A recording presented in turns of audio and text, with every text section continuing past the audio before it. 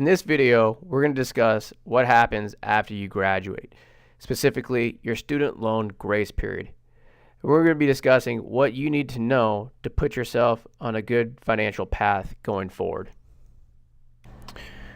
So first off, what is a grace period? When you graduate, you'll be given the ability to continue deferring your loans for a given period of time. With federal loans, that is most of the time 6 months. And with private loans, it may vary from lender to lender, so make sure you check with them. Now, there's two things that we often hear from recent graduates about their grace period when we ask the question, are you in your grace period or are you making payments? That first thing that we hear is, I don't need to worry about it because I'm in my grace period. And well, you do need to worry about it because that's not a good strategy. It could actually be very costly, and we'll show you why that is in a few minutes. The second thing that we hear is, I want to start paying my student loans immediately to save money.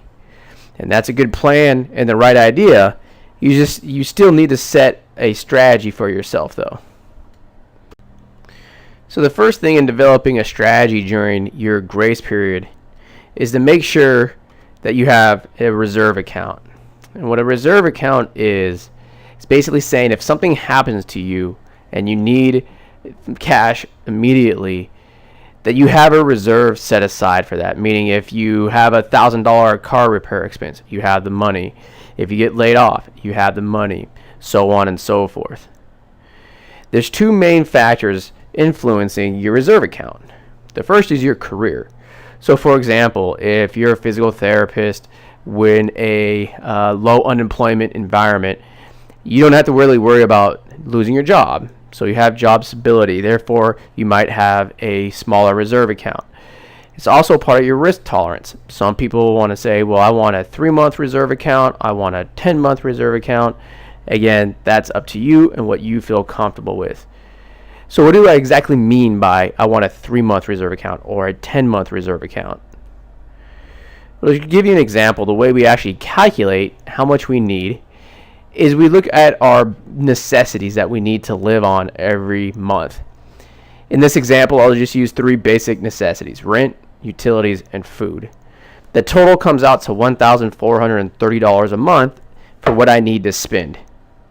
To determine your reserve account, say I want a 3-month reserve, I just simply take 3 months times 1,430, and that means that I need $4,290.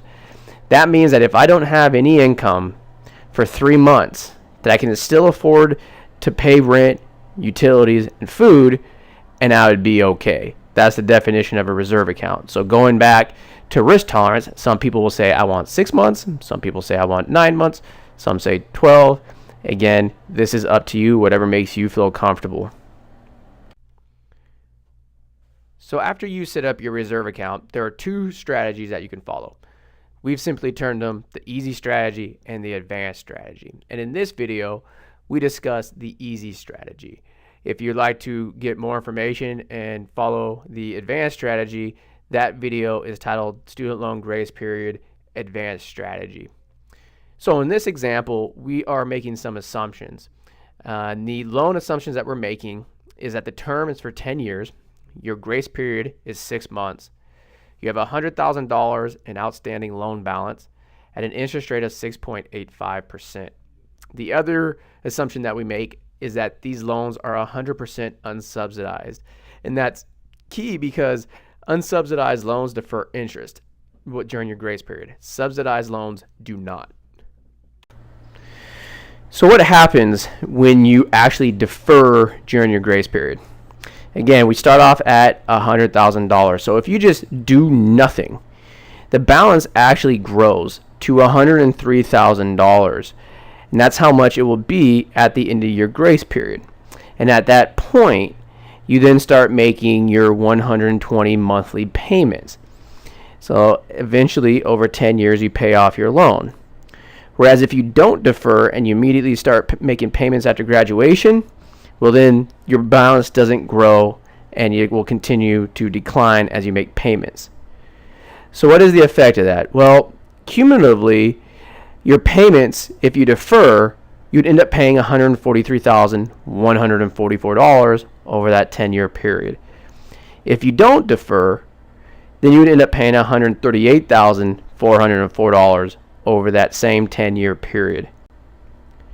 That's a difference of $4,739. Now that's why we said earlier in the video, just saying, I'm in my grace period, I don't need to worry about it. It could be extremely costly, because by not worrying about it, you just cost yourself $4,739. In addition, if you actually said, well, if I invested that $4,739 in a retirement account, and I did that for 30 years and it grew at 5%, I actually just cost myself then $21,172. So you can see why just saying I don't need to worry about this is not a good strategy. So that was our video on setting up your reserve account and how to implement the easy strategy during your grace period. If you're interested in a more advanced strategy, you can also watch our video titled Student Loan Grace Period, the Advanced Strategy. Or if you have other questions, you can always shoot us an email at info@fitbucks.com.